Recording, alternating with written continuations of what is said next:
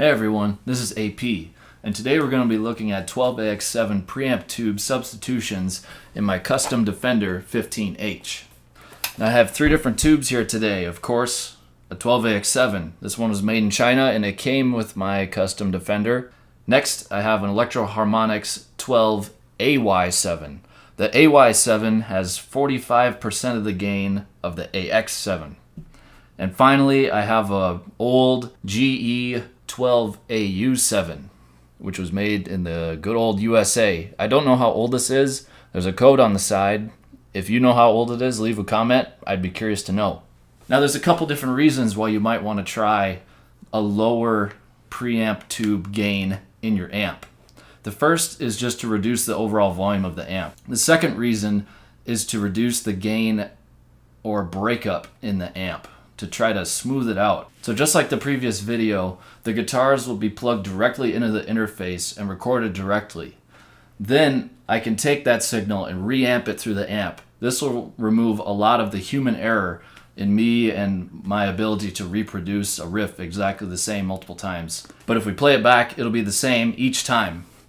So the signal will come out of my interface, into the front of the amp, out of the speaker output, and into my AMT Power Eater reactive load box.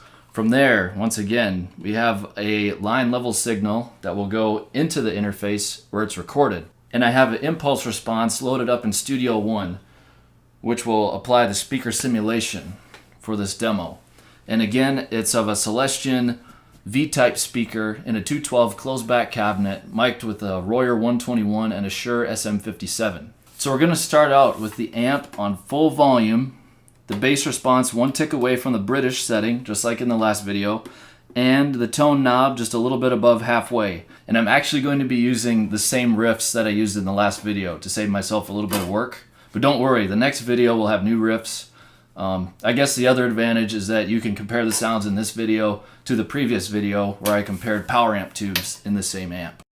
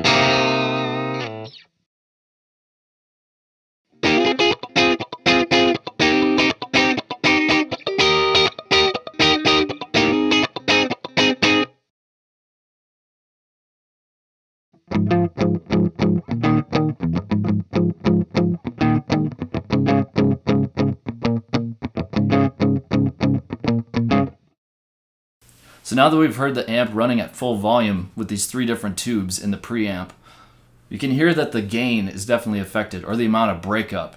Obviously, the 12AX7 has the most amount of breakup, and then it steps down a little bit with the AY7, and then quite a bit with the AU7.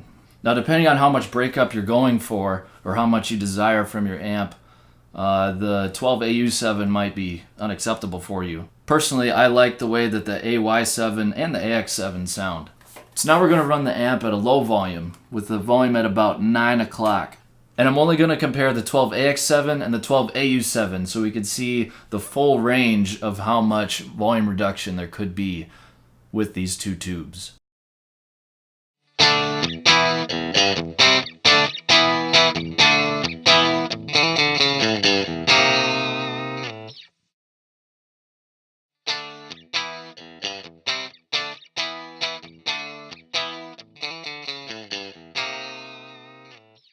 So obviously the volume drops off a lot with the 12AU7.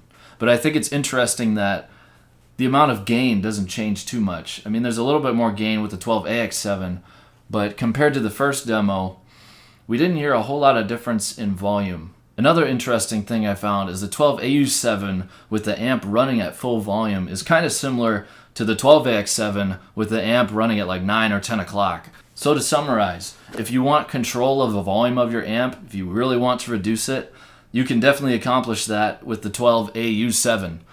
And if you want to control the gain, obviously both of these work, but you're going to have a major reduction in gain with the 12AU7 depending on where you're running the amp. Whereas the 12AY7 is just kind of a moderate reduction in the gain of the amp. And as far as using the 12AY7, even though it has a little bit less breakup, you can easily get it back if you boost the amp with some kind of pedal. Whereas with the 12AU7, you would have to boost it a lot to get it back.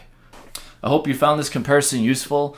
For me personally, I've been running this electro-harmonics tube in this amp, and that seems to work fine. Like you heard in the demo, it just takes a little bit of grit off the amp, just a little bit of the drive goes away, just clears it up a little bit, but doesn't affect it too much. That's all for now. Thanks for watching this video. Be sure to check out my other videos, and keep on rocking!